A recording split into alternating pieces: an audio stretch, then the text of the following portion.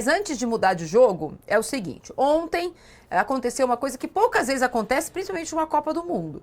Um dos goleiros considerados os melhores goleiros de todos os tempos, tem gente que acha que é o Neuer, tem gente que acha que é o Courtois, precisou ser substituído no segundo tempo porque estava machucado. O próprio Courtois, depois que o jogo acabou e ele foi lá pegar o passaporte para ir embora dos Estados Unidos, disse o seguinte: eu queria continuar, mas o treinador queria alguém 100%.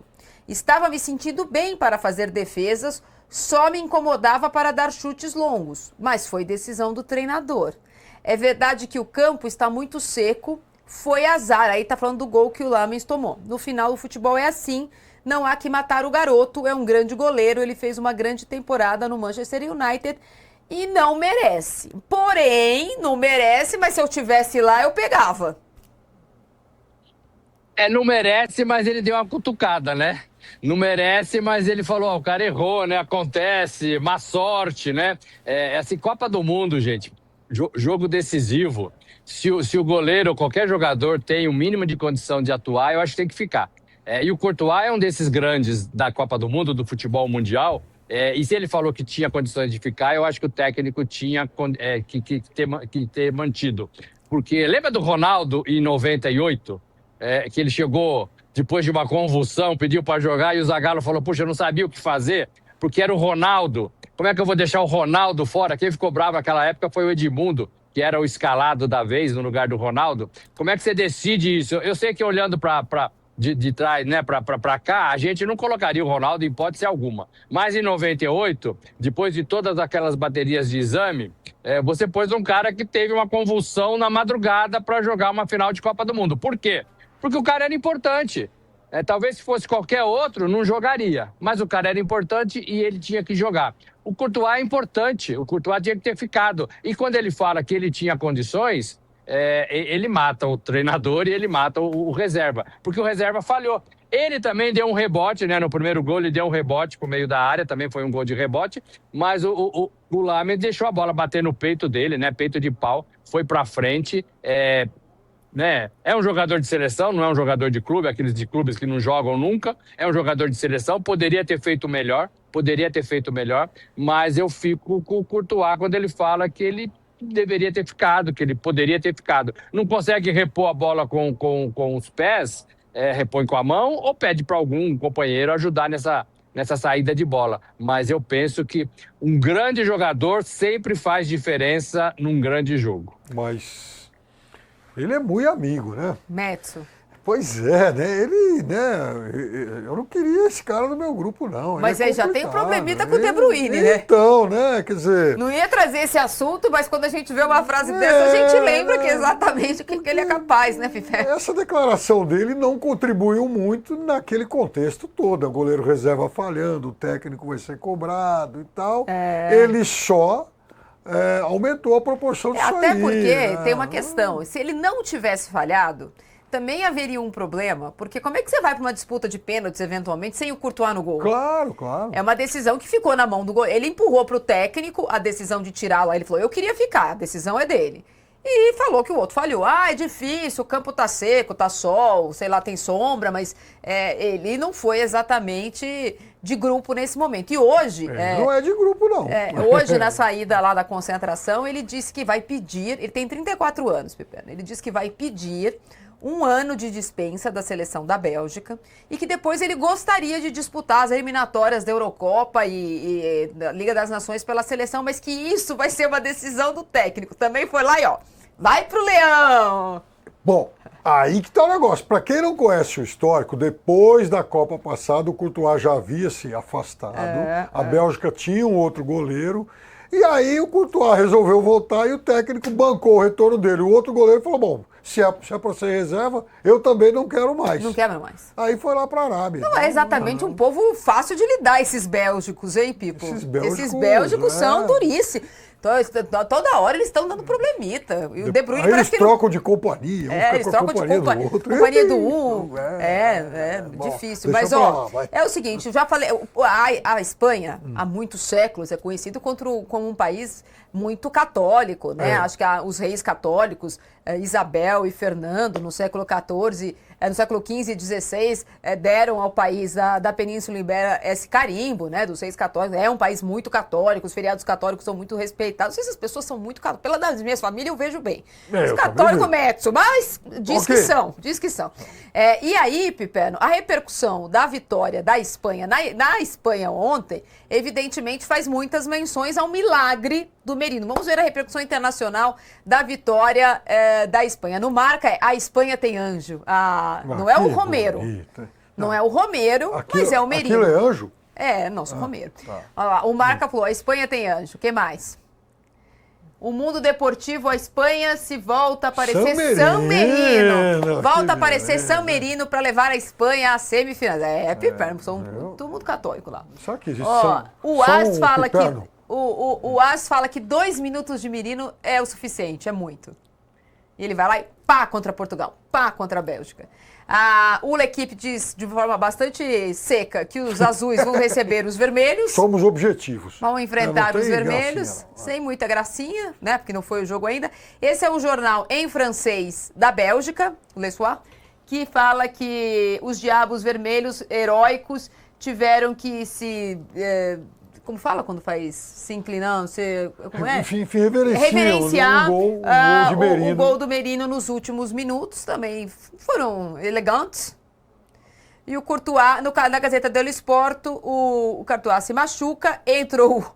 a matéria inteira, é o jornalismo tweet.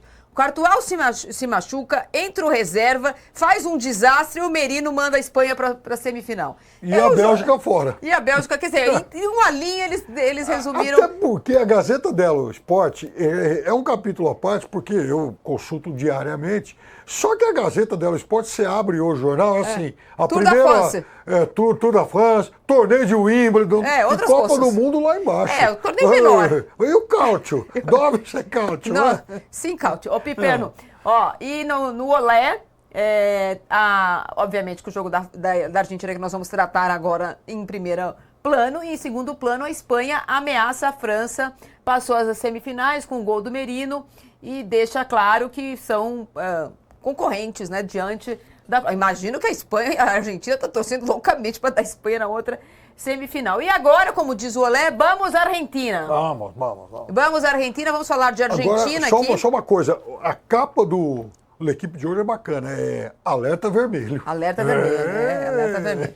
Bom, às 10 da noite, se vocês tinham um compromisso, o Enzo com a Fernanda Dengo, o Tomás Molina com a senhorita Bia, o senhor com qualquer uma que você me falar...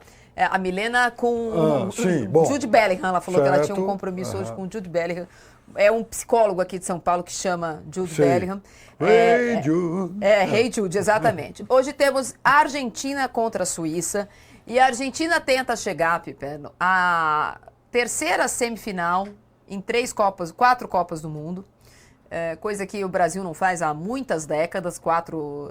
Você tem que se lembrar que é verdade, Piperno, aconteceu. Porém, com a despedida de uma geração que deu à Argentina a luz no fim do túnel. Fazia não sei quantos mil anos que a Argentina não ganhava um torneio profissional, só torneio olímpico, foi bicampeão olímpico com Messi, não sei o quê. E aí ganhou a Copa América no Brasil, ganhou a Copa América nos Estados Unidos, ganhou a Copa no Catar, foi o melhor time das eliminatórias, fez o Tour da Vitória, ganhou a finalíssima. E esse time tem feito, eu tenho chamado isso do Tour da Vitória, Piper. Desde que ganhou aquele jogo dia 18 de dezembro, todos os jogos da Argentina parecem uma festa de comemoração, um jogo comemorativo para aquilo. Porém, temos que chegar à seguinte conclusão, e o senhor vai me ajudar, porque nós, pela nossa idade, a gente testemunhou toda a carreira do Messi. Desde o primeiro dia que ele entrou em 2006 na seleção argentina, até hoje, que pode ser a despedida dele em Copas do Mundo. Será? Eu acho mesmo, tirando, evidentemente, o fato do título, mas eu acho mesmo que essa, por incrível que pareça, é a melhor Copa que o Messi já fez. Eu acho que sim. Para mim é surpreendente, eu já falei sobre isso, porque, veja, 16 anos atrás, o garoto Messi, de 23 anos, que já era o melhor do mundo, foi para a Copa da África do Sul e não fez nenhum gol naquela caótica seleção argentina de Diego Armando Maradona. Aliás, era um deus como técnico e um gênio em campo, e a seleção naufragou. E assim, como é que alguém poderia imaginar que 16 anos depois, um Messi aos 39 anos, né, em vez de estar aposentado, estaria disputando a artilharia de uma Copa do Mundo e jogando demais e sendo o cara decisivo? Porque aí, uma outra surpresa. Quando a Argentina se reuniu para a Copa do Mundo, falei, bom, aos 39 anos e já poupado em muitos jogos das eliminatórias, caberá ao Messi lá um papel, não protocolar, mas assim, alguém para momentos especiais, para eventos especiais nessa Copa do Mundo. Obviamente, o jogo não vai circular em torno dele. E aconteceu exatamente o oposto. O Messi é o cara. Essa seleção argentina seria um time muito mediano sem o Messi. É isso que eu acho. Mas aí tem a ver também com esse título conquistado, né? Tem a ver com esse sossego de erguer uma taça de campeão do mundo, coisa que faltava para ele, coisa que ele perseguiu a vida toda, ele e a sua geração, né? Ele e toda a sua geração. O Di Maria parou depois da Copa passada, poderia estar jogando, eu acho que poderia estar aí também nesse grupo, e se quisesse talvez estaria. E esse treinador também faz uma diferença danada, né? O Scaloni é um cara diferente, é um cara que entendeu o jogador, que entendeu o grupo fechou com ele. Você vê que a AFA está sendo investigada por corrupção e esse time está jogando longe de toda essa lama, né? Longe de toda essa lama. Então, isso que foi construído com o tempo, eu acho que ajuda muito. Os jogadores a gente já conhece. O potencial dos jogadores a gente já conhece. E quando você tira o elefante das costas do Messi, é claro que ele fica mais levinho. Então ele tinha 35 na Copa passada, mas ele era muito pesado. E agora ele tem campeão do mundo, 39, e ele é mais leve. Então isso ajuda demais. E aí as coisas começam dando certo, Marília Piperno. Ele faz gols, ele perde pênalti e recupera, o time passa, o time sofre como né, os tangos argentinos. E aí tudo parece encaixar, né? Tudo parece encaixar. E eu vejo a Argentina dessa forma. Agora eu fico pensando assim, o que a Suíça pode fazer? O que a Suíça pode fazer para parar a Argentina do Messi? Como é que vai ser esse jogo 90 minutos? O que a Suíça pode aprontar de novo, de velho, buscar referência, buscar estilo de jogo? O que a Suíça pode fazer? Eu sei que o futebol prega peças e a Argentina está muito escaldada com isso. Mas eu não vejo assim, saída para a Suíça, a não ser confirmar a Argentina na semifinal. Olha, a Suíça, eu acho que é um time muito traiçoeiro, porque a Argentina ela passou muito sufoco, né, contra Cabo Verde e contra o Egito. Isso. A Suíça, ela joga de uma forma oposta. A Suíça é um time cheio de veteranos, sua grande estrela aí, o Monzambi, o garoto que estourou na Copa, estava lá jogando muito bem e tal, de novo está fora, né, por lesão. Mas a Suíça, do lateral direito ao volante, todo mundo tem 3 ou 4 Copas do Mundo. Time muito malandro, maduro. A Suíça contra a Colômbia, por exemplo, que era uma equipe melhor, a Suíça, ela esfriava o jogo. A estratégia da Suíça é esfriar o jogo. Pegar, enfim, a velha guarda toca para cá, toca para lá, pá, e o adversário vai ficando ansioso. Então vai ter que ser um jogo de muita paciência. Agora, o Robson falou da AFA, né, do novo escândalo. Eu li uma matéria no L'Equipe de hoje, chamando a atenção para a premiação da Copa do Mundo e como isso vai salvar os enfants de la patrie, porque a Federação Francesa estava quase quebrada e vai respirar com a premiação da Copa, porque quem chegou às semifinais já garantiu pelo menos 25 milhões de euros e a França precisava desesperadamente dessa grana. Eu estou dizendo isso porque aqui no Brasil parece que ninguém dá bola, porque a CBF é rica e tal, né?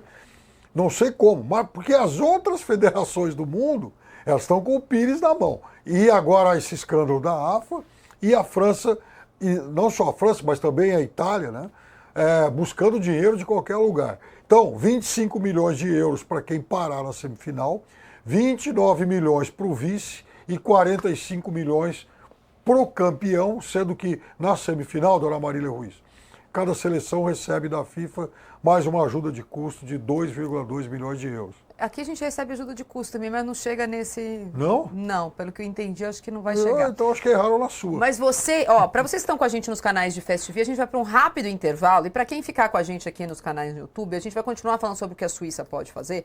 Porque, senhoras e senhores, a verdade é que a Argentina está devendo, ou que a gente acha que a Argentina está devendo o futebol nessa Copa do Mundo.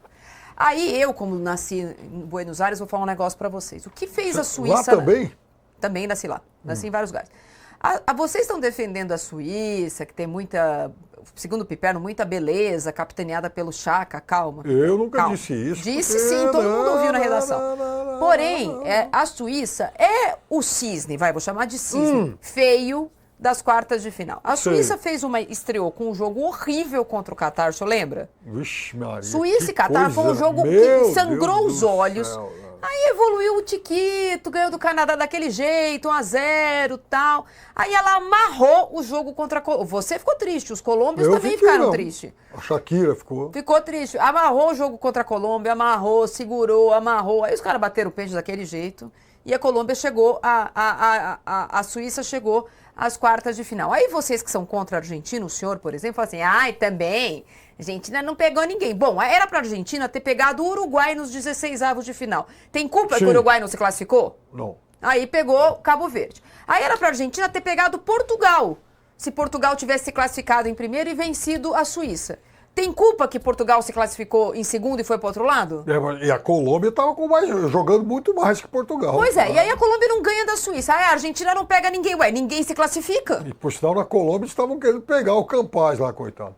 Agora, segundo, a gente aqui elogiou muito o técnico da Espanha, o De La Fuente, elogiou o Yamal, que foram altivos, não estão lá, meu Deus, estamos com medo da França. O seu técnico, Murat Yakin, técnico da Suíça, também falou, Piperno, ele falou que a Argentina não é invencível. Olha aqui, a Argentina não é invencível. A julgar pelas 2 últimas partidas, pudemos ver que a Argentina é vulnerável, somos capazes de frear os campeões do mundo. Não é atacar, viu, Piperno? É só frear e vai enrolando, vai cozinhando e leva para os pênaltis. O goleiro da Suíça é um bom goleiro. É exatamente isso que eu falei. É um time que vai lá e esfria o jogo. Essa vai ser a estratégia. A Suíça não vai de peito aberto, agredir. Nossa, embolou, não vai? Pá. Não vai. Vai ficar lá na dele e tal. E tem sido assim nessa Copa. Mas você sabe que eu acho que isso é bom para a Argentina? A Argentina não é um time rápido, Piperno. Os velhinhos não são, não é o meio-campo da Espanha. É diferente, por exemplo, da Colômbia, que queria acelerar o jogo com o Luiz Dias, que queria jogo. A Argentina não quer jogo. É outro tipo de Argentina. Faz falta o Di Maria ali na ponta e faz falta para o Messi também dividir esse protagonismo. A Argentina, ela ataca, sim, mas ela não é um ataque fulminante. Não é a França, Morelli. É uma Argentina que ataca na marcha 3, assim. Mas ela não para de atacar, né? E não. A gente tem alguns jogadores em graça. Eu acho que o grande perigo da Argentina é ela ficar dentro da área da Suíça com 7 jogadores. E aí você pode tomar um contra-ataque. Né? Isso pode acontecer. Porque quando você ganha o campo do seu adversário, você fica ali. E eu acho que esse vai ser o desenho do jogo. E aí você pode se descuidar, baixar a guarda e tomar um contra-ataque e sofrer um gol. É o único modo que eu vejo da Suíça tentar fazer alguma coisa, se eles quiserem contra-atacar. Agora, de tanto martelar, a Argentina vai empurrar essa bola para dentro do gol, gente. Assim, eu não vejo o futebol, ressalto, né? O futebol prega peças, mas eu não vejo a Suíça fazendo qualquer tipo de frente e nem tempo, né? 90 minutos cozinhando a Argentina. Eu acho muito difícil. Bola parada, escanteio, jogadas rápidas, movimentação do Messi, 5, 6 jogadores entrando na área, possibilidade de um pênalti. Eu acho que o maior problema também da Argentina, gente, é o que a gente ouve aqui às vezes sobre a arbitragem, né? Porque a Argentina caiu uma bomba no colo dela, que é a acusação de que a FIFA quer a Argentina na final e que a arbitragem está facilitando isso. O Scaloni até saiu em defesa disso, né? Tentando baixar essa temperatura. Mas é um grande problema para a Argentina conviver com isso nessa Copa e nessa fase final da Copa. Contra o Egito, essa foi a arma do Egito, Piperno, justamente porque principalmente o lado direito da defesa da Argentina não está funcionando com Depou e Molina, tanto que essa é uma das discussões. Vai jogar o Montiel com 715 anos ou é o Molina com 400... Por isso que o nosso Giai quase foi para a Copa. Que isso, calma também. Também calma. O Kelvin não deu tempo de se naturalizar. Aí quase foi. Foi mesmo, ele foi naquele grupo de 30, 35, ficou lá treinando. Acho que começou Mas a Copa, esse lado direito da Argentina tem tido muita dificuldade, né? O meio de campo da Argentina melhorou quando saiu o Depou no segundo tempo contra o Egito. Então, são jogadores já que depois da última Copa, todos estão na última dança. É a última dança, é o último tango do Messi, provavelmente o último tango do Depou. Montiel e Molina também não nasce lateral do lado direito para a Argentina. Do lado esquerdo também é o Talhafico, Piper, também não é o Roberto Carlos. Não é também, e também não é um garotão, né? Não é, enfim, o menino do Rio, da Prata, no caso, a gente está começando agora. Não, ou seja, é uma seleção que envelheceu, claro, teve problemas de renovação. E aí tem uma coisa, né? A Argentina, ela também passou por esse ciclo meio que comemorando o título, tudo a vitória. Sabe aquela volta? Lembra a volta? Depois que o Ayrton Senna ganhava, que ficava a Argentina tá no Passou fácil pelas eliminatórias, aí vai fazer amistoso contra a Mauritânia, contra não sei quem, e não colocou, de fato, o time à prova, né? Olha só, Pipeno, o campinho tá aí. Além disso, acho que tem uma outra questão, né? A gente falou, evidentemente, eu acho que do meio para trás a Argentina é um perigo, né? Do Enzo Fernandes para frente até pode melhorar, mas tem dois jogadores que não apareceram nessa Copa como a gente imaginava que eles poderiam aparecer. Foi um bom... depois daquela Copa, o McAllister saiu do Brighton e foi jogar no Liverpool. Opa, quando ele jogava no Brighton, ele estava jogando mais, Pipeno. Pois é, ganhamos status e pioramos a Pioramos. O Julian Álvares saiu do City, foi pro Atlético de Madrid, tá querendo ir pro Barcelona, também foi, Pipeno. E nem ele, nem o Lautaro tem sido pro Messi o que foi o Di Maria na outra Copa. Quantos gols tem a Argentina? 10 e 8 gols do Messi? Uma coisa assim? E os dois já ficaram se revezando na última Copa, um perdia gol e outro entrava e tal, e agora continua isso e nenhum dos dois realmente tem sido a solução definitiva. Aliás, os dois abaixo do que se imaginava. Ô Morelli, o Piperno pediu para fazer essa votação na enquete, mas a enquete pergunta quais serão as semifinais. Mas o Piperno queria qual é o 10 mais bonito da Copa? Não. Na foto aqui a gente tem o Messi e o Xhaka. Só gosta da torcida norueguesa agora. Você pode votar no Xhaka, que é o que o Piperno quer que a gente faça. Tá bom, Piperno, o Xhaka é mais bonito. Eu voto com o relator Piperno. Por todo mundo votou no Xhaka. Ou seja, torcida norueguesa. Olha que bonito, Vivo. Tem gente que votou no Rames Rodrigues também, Piperno. Você acha? Aqui tem muitos eleitores do Rames. Enzo votou no Rames Rodrigues, segundo ele, melhor jogador da Copa de... Olha, Piperno, bonito, rapaz. Quem que é o 10 do Brasil? Tá na Disney de cadeirinha. Não tem voto? Não tem. Não tem voto? Não tem. Nós vamos ficar com o da... Piperno, vai ser o prêmio de consolo. Sabe quando tem o prêmio da Miss Universo lá? Quando você ganha Miss Simpatia, é porque você não é linda, entendeu? Mas o prêmio de bonito da Copa, que não é o campeão, vai pro Xhaka, então. E a turma ruim de cinema, que não ganha o Oscar, que não ganha o Framboesa de Ouro. Isso, exato. Bom, a gente tem que ir para um último intervalo, eu não lembro mais. Temos mais um? Não temos, me enganei.